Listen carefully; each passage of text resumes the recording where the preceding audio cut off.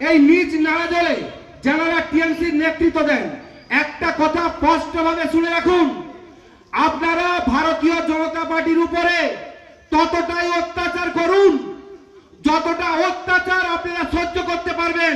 দেড়টার সময় অতি দাঁড়ি থেকে আমাদের কর্মীদের তুলে নিয়ে খেলছেন, কিসের তেজ আপনাদের?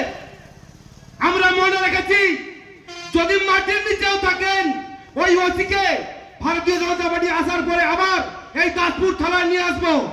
এবার পুলিশ ও তৃণমূল নেতাদের হুঁশিয়ারি বিজেপি নেতার, দাসপুর থানায় আবার ওই ওসিকে এনেই আপনাদের মতোই মিথ্যে কেসে জড়িয়ে দেওয়া হবে, হুঁশিয়ারি দিলেন বিজেপি নেতা। ওই নেতা প্রকাশ্য সভায় বলেছেন, তৃণমূল নেতাদের বলছি, আপনারা ভারতীয় জনতা পার্টির কর্মীদের ওপরে অত্যাচার করুন ততটাই যতটা অত্যাচার সহ্য করতে পারবেন। আপনারা রাতের অন্ধকারে বিজেপি কর্মীদের উপর অত্যাচার করবেন, রাতের অন্ধকারে বিজেপি কর্মীদের পুলিশ তুলে নিয়ে গিয়ে মিথ্যে কেস দেবে।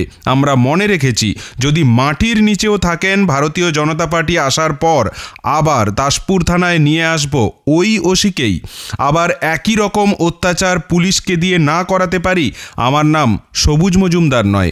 বৃহস্পতিবার দাসপুরের নাড়াজোল এলাকায় লোকসভা নির্বাচনকে সামনে রেখে বিজেপির একটি বাইক র্যালির আয়োজন করা হয়, আর সেই র্যালি শেষে নাড়াজোল বাজারে পথসভায় বক্তব্য রাখতে গিয়ে পুলিশ ও তৃণমূল কর্মীদের এমনি হুঁশিয়ারি দিলেন চন্দ্রকোনার ক্ষীরপাই মণ্ডলীর বিজেপি সভাপতি সবুজ মজুমদার।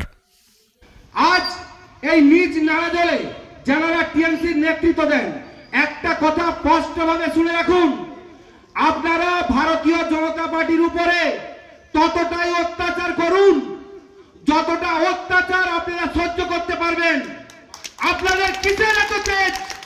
রাতের অন্ধকারে মদ খেয়ে মাতলামি করে রাতে ভারতীয় জনতা পার্টির কর্মীরা ঘুমায়, ঘুম থেকে তুলে এই পুলিশ প্রশাসন রাত 1টার সময় অতি দাঁড়ি থেকে আমাদের কর্মীদের তুলে নিয়ে খেলছেন, কিসের তেজ আপনাদের? আমরা মনে রেখেছি যদি মাটির নিচেও থাকেন ওই ওসিকে ভারতীয় জনতা পার্টি আসার পরে আবার এই দাসপুর থানায় নিয়ে আসবো। ঠিক একই রকম অত্যাচার ওই পুলিশ প্রশাসনকে দিয়ে যদি করাতে না পারি, আমি সবুজ মজুমদার রাজনীতি ছেড়ে দেব। এই নিজ নাড়াজোল অঞ্চলে জবগাঁ কেন্দ্রিক যে একটা ঘটনা ঘটেছে, আজকের ডেটে দাঁড়িয়ে আপনারা অকপটে একথা স্বীকার করবেন, জবগাঁড়ের টাকা যে টিএমসির নেতৃত্বরা চুরি করেছিল মমতা বন্দ্যোপাধ্যায়ের ইন্ধনে, এটা সত্য প্রমাণ করে দিয়েছে এই টিএমসি দল। কারণ টিএমসি দল আপনার আমার খেটে খাওয়া 100 দিনের কাজের টাকা 2 বছর ধরে চুরি করে রেখে আজকে সেই টাকা ফেরত দিচ্ছে আপনার আমার ট্যাক্সের পয়সা থেকে। এটা আপনাকে অস্বীকার করতে পারবেন না। আপনারা স্পষ্ট ভাষায় সুন্দরভাবে এটা জেনে নেন যে আমাদের ট্যাক্সের পয়সা, আমাদের গতর খাটানো পয়সায় ফেরত দেওয়া হয়েছে। কাদেরকে দেওয়া হয়েছে? টিএমসির ক্যাডারদের, যারা রাতের অন্ধকারে মদ মাংস খেয়ে সাধারণ গরিব মানুষের উপরে অত্যাচার করবে তাদেরকে। বিজেপির যে সমস্ত কর্মীরা কাজ করেছিল, কেউ 50টা কাজ করেছিল, তাকে দেওয়া হয়েছে 5টা জব কার্ডের পয়সা, বাকি টাকাগুলো টিএমসির মাতালদের অ্যাকাউন্টে দেওয়া হয়েছে। একটা কথা জেনে রাখুন, আওয়াজ তুলতে হবে আমাদের। এই টিএমসি সরকার জব কার্ডের টাকাকে এমন ভাবে খেয়েছে, কেন্দ্রে হিসাব না দেওয়ার জন্য কেন্দ্র থেকে এই জব কার্ডটা বন্ধ রয়েছে। আপনাদের আওয়াজ তুলতে হবে, পশ্চিমবঙ্গের টিএমসির নেতৃত্বের হিসাব দিয়ে কেন্দ্রকে হিসাব দিতে হবে, দিয়ে সাধারণ মানুষের জব কার্ড ফিরিয়ে দিতে হবে।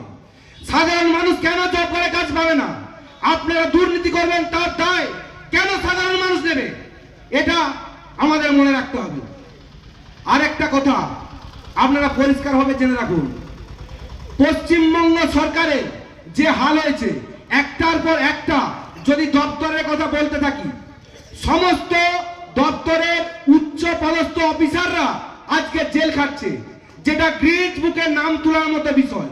তাকিয়ে দেখুন, আমরা যাকে বলি সমাজ গড়ার কারিগর, সেই শিক্ষা দপ্তরের সমস্ত উচ্চ পদস্থ অফিসারেরা আজকে জেল খাটছে।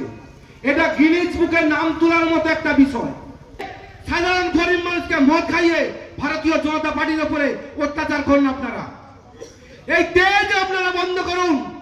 আজকের পর থেকে যদি ভারতীয় জনতা পার্টির কোন একটা কর্মীর উপরে আঁচল কাটা হয়, আমরা কোর্টে গিয়ে কেস করব। সেই কর্মী যাতে ভোট দিতে না পারে সে ব্যবস্থা আমরা করব।